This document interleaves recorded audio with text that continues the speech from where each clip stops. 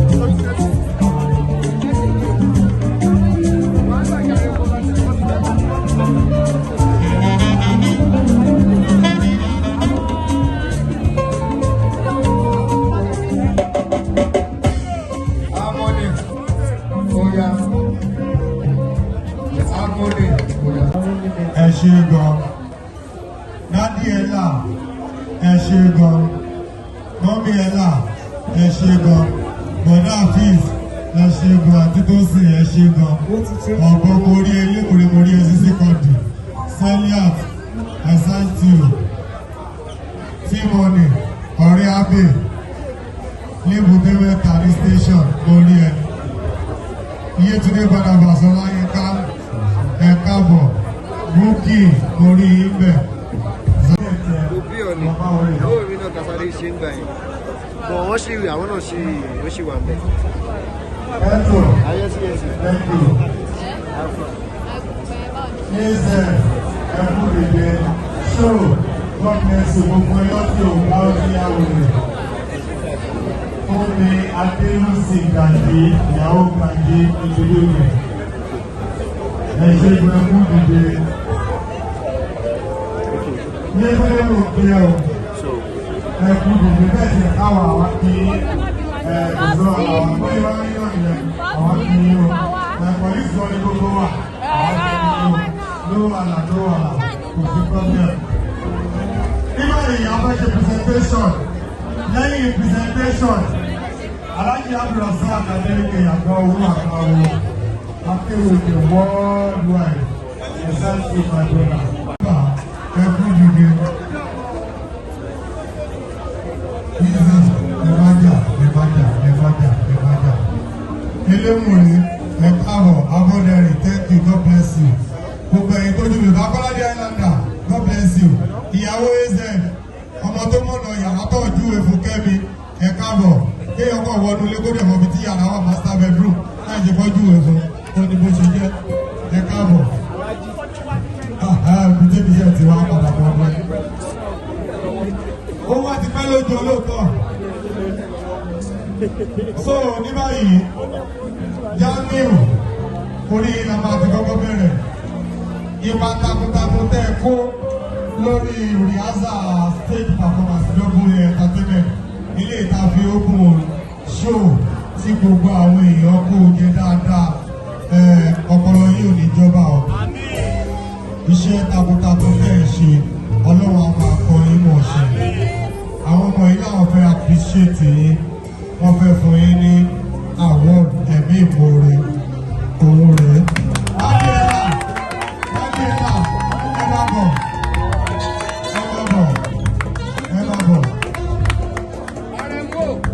Èmi ò kí ń lẹ́ka àwọ́dù tí ò bá lówó nú. First, èmi ò kí ń lẹ́ka àwọ́dù tí ò bá ní owó nínú. Ohun mi kí n bless àwọ́dù yìí fún ẹni yìí pẹ̀lú owó. So iye tẹ́ ẹ bá fẹ́ fún mi, ẹ sọ sí mi létí.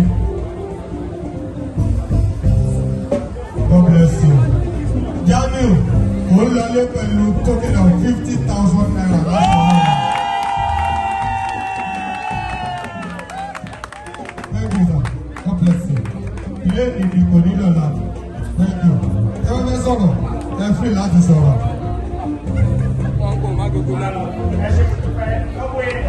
We start in the days.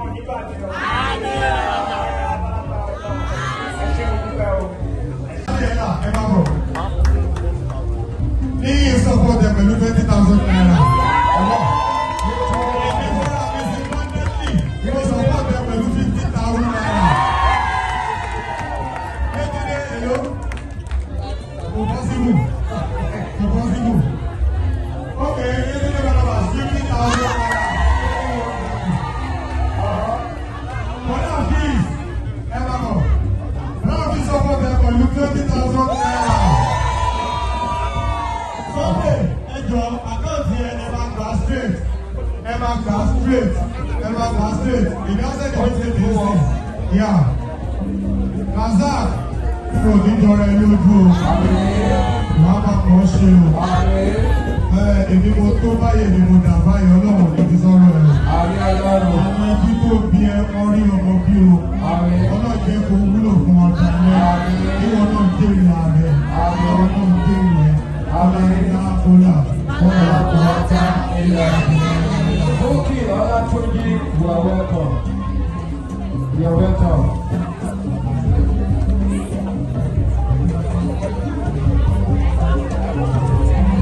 Zainab Bakare. Zainab Bakare. Zainab. Where are you? Ẹ bá náwó tán, mo ti ẹ̀jẹ̀ ní ìnáwó kan lọ́wọ́ yín.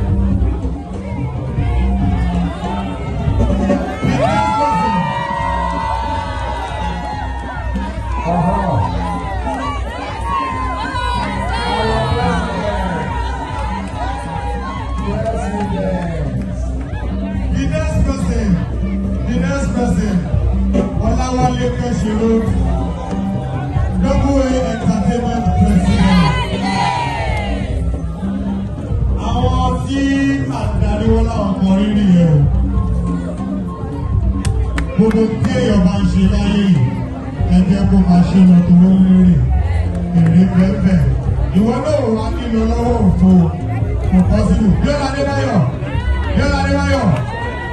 Bíọ́lá Adébáyọ̀. Your attention is apatently needed. Zainab. Hafiz Balogun. Your attention is needed. Zainab. Boogie. Calm down. Everyone, your attention is apatently needed. Bobby now. Bravo. Ẹ wá present àwọn ìlú president wa. Ọmọ ẹ̀kẹ́rẹ́ òkèrè. Òkèrè kò fèmí. 100,000. Ìbíkẹ́ kó mú kúrò bíbá. Ó máa rántí ọdún èdè sí rere. Bíọ́lá 20K. Búkì òkú ọ̀lọ́wọ́ ìgbìyànjú. 20,000. Búkì making 40,000. Bobby. 20,000. Making 60,000. Show.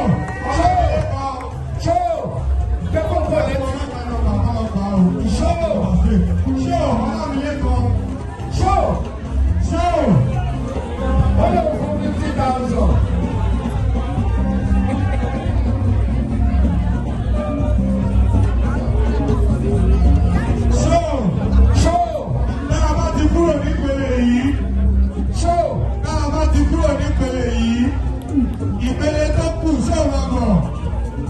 God bless you, Abiola Adébáyọ̀. God bless you, Abiola Adébáyọ̀. Tá a bá ti kúrò nípele yìí, ṣó ìlú wa fún ọmọ ẹ̀, President wa, ẹ̀ láwọn obìnrin.